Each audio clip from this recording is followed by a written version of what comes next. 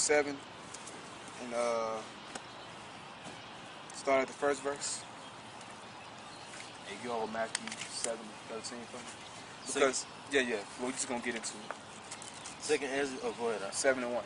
Second Ezra 7 and 1. And when I had made an end of speaking these words, there was sent unto me the angel which had been sent unto me the nights before. And he said unto me, Up, Ezra, and hear the words that I am come to tell thee. And I said, Speak on my power. Then said he unto me, The sea is set in a wide place, that it might be deep and great. But put the case, the entrance were narrow and like a river.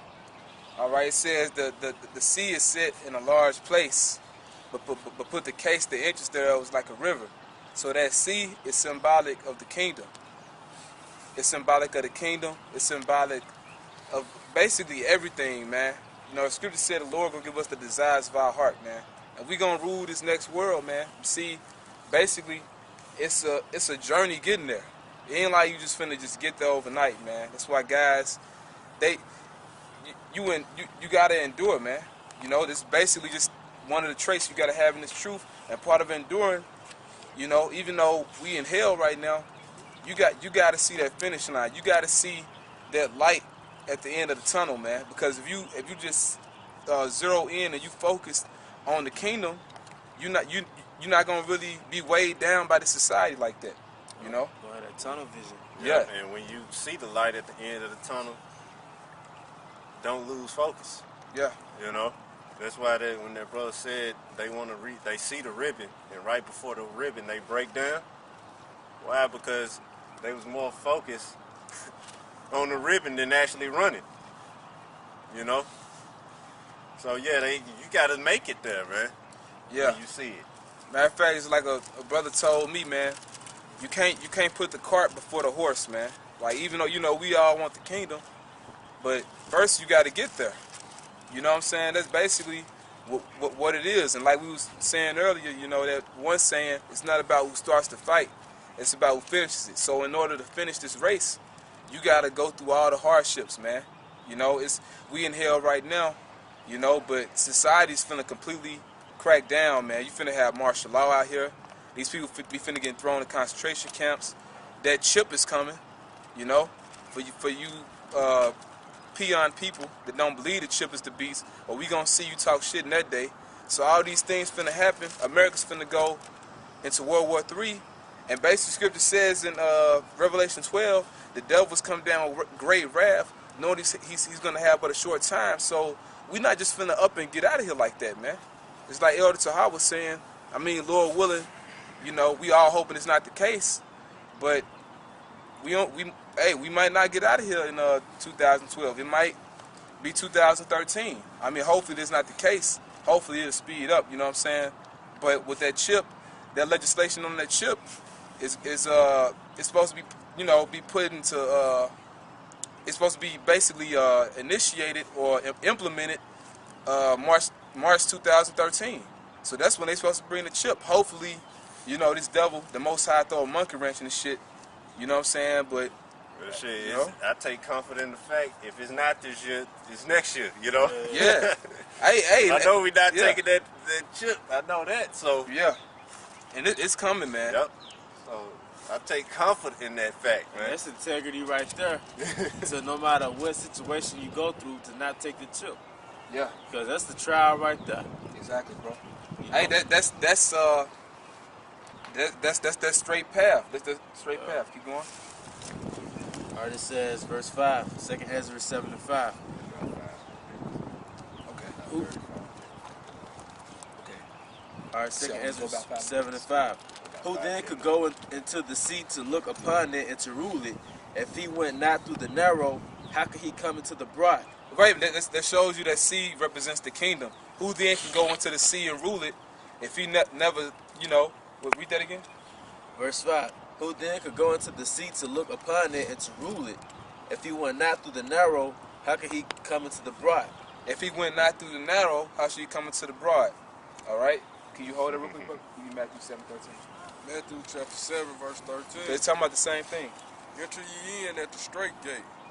For wide is the gate, and broad is the way that leadeth to destruction, and many there be which go in thereat.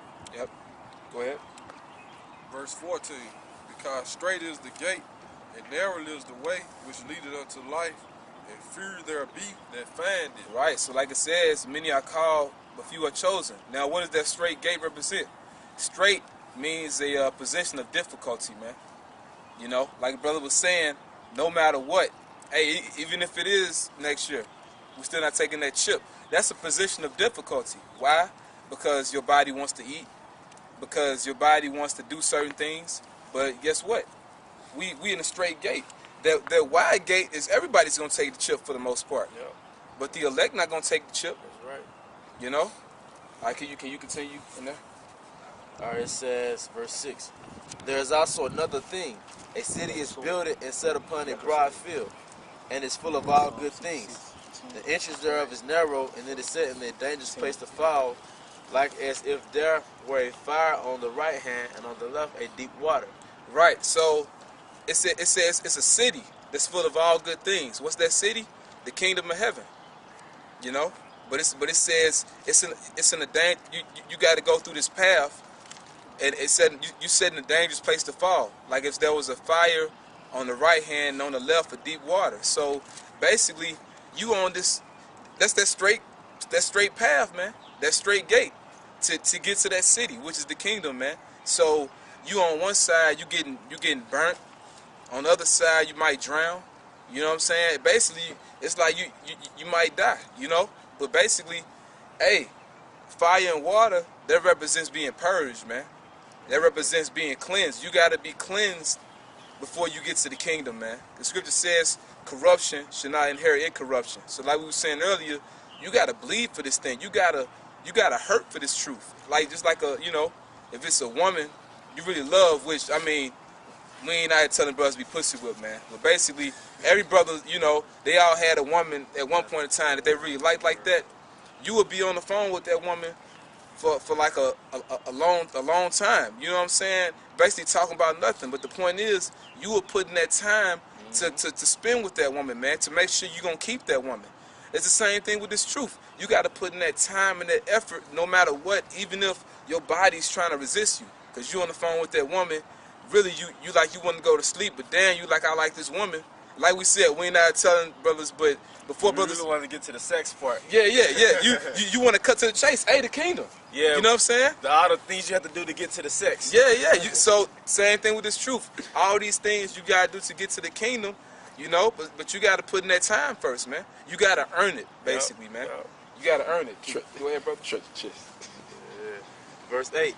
And one only path between the, let me get that.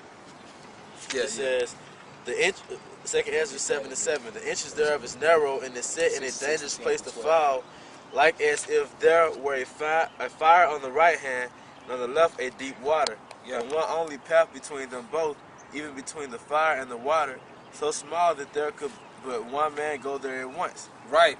And that's basically what's happening. Brothers waking up at different times in this truth. And brothers go through different trials in this truth. Working out his own salvation. You got to work out your own. That's what it means, really. The while you said that. That's exactly what it means. It means you got to work out your own salvation. Because we all want each other to make it, but ultimately you got to make sure yourself is right first. You got to try to work on you first before you try to work on other brothers, man, and make sure other brothers okay. It even tells you that in Timothy.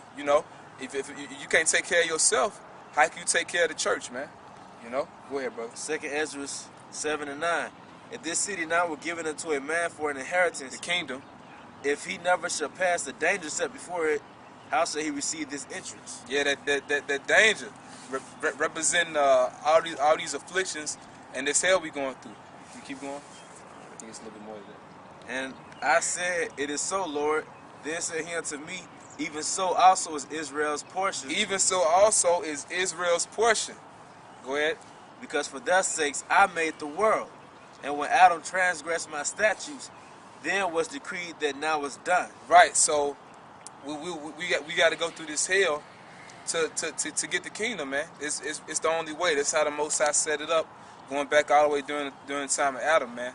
But basically, brothers, you got to keep keep yourself in the race. Don't get it wrong, but same time, it does help when you remember what's at the end of that tunnel, man. Don't lose sight of what's at the end of the tunnel. Exactly. Like Paul said in Philippians 3:13, this one thing I do, forget those things which are behind and reach for those things which are before. I press toward the mark for the prize of the high calling of Yahweh Shai.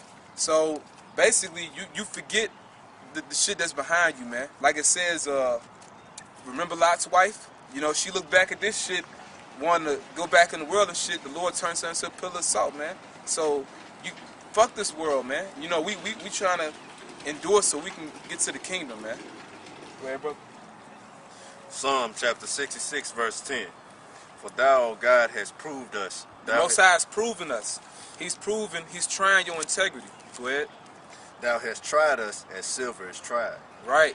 Like it says in Isaiah, I have tried thee in the furnace of affliction. You know? Go ahead. Thou broughtest us into the net.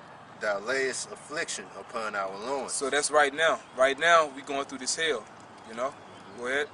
Thou hast caused men to ride over our heads. And that man is Esau. You know, he's ruling the world right now, man.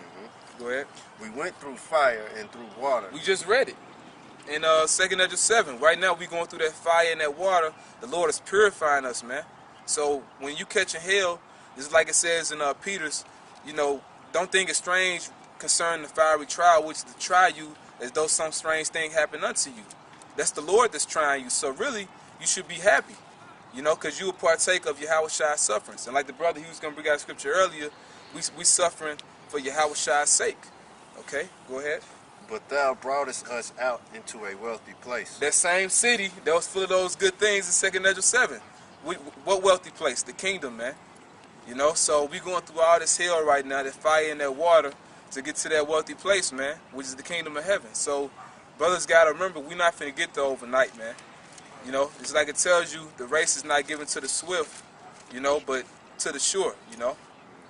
Basically, you got this time to do it right now, so, hey, you got to give it all you got, man. And then you got to think like this. You never going to get this chance again. And matter of fact, guys that fell out the truth, they never going to get it back. They never going to get it back. They're going to get it back in the kingdom, but on this side, they not going to get it back. They're going to die, man. You know? So, brothers, and then like this brother said, you got to be ready to kill somebody for this truth, man. You know what I'm saying? Like, hey, even when let's say they do throw you up in a concentration camp. You know, you better, they tell you, you know, hey, either you're going to take this RFID chip or we're going to put your head in this guillotine, or let's say they already got you in the guillotine. You better finish they sentence form. Guillotine. Yeah, chop my head off, bitch. Right. Yeah, you know? Right, and the Lord loves that. Matter of fact, it tells you in Psalm 116, if I'm not mistaken, that the Lord, you know, please him, please the sight of the Most High, the death of his son. Yeah. Yep. You gotta have that BAM attitude, man. BAMN. By any means necessary, man. Yeah. You know? Yeah, you got a scripture, bro. Okay. Philippians chapter 4, verse 8. Finally, brethren, whatsoever things are true, whatsoever things are honest, whatsoever things are just, whatsoever things are pure, whatsoever things are lovely, whatsoever things are of good report, if there be any virtue, if there be any praise, think on these things. Those things which you have both learned and received and heard and seen in me, do, and the Most High peace shall be with you. Exactly, man. So we have men for an example, you know, men in the scriptures, like Paul, Peter, you know, and then the Most High even set up teachers today, man, that the elders of GMS, you know, and nothing has changed, man. You look at videos of Elder Tahar and Gabar, you know, and Ariam Lab from the 90s, they saying the same exact thing, man. Like, you know, and you guys, like the 14th Street Israelites, man, that one bitch ass dude, man, like, y'all joke, man. You know, you talking about some, oh, well, everything was all good back in the 90s, you know. But I guess because the elders, you know, they speak a little rough sometimes, I guess the thrill is gone now. You know, but basically you wasn't they was really speaking the same way, man. You go back and look at them old videos, they was saying the same thing, like nothing's changed. You niggas changed. Yeah, I heard all that crying.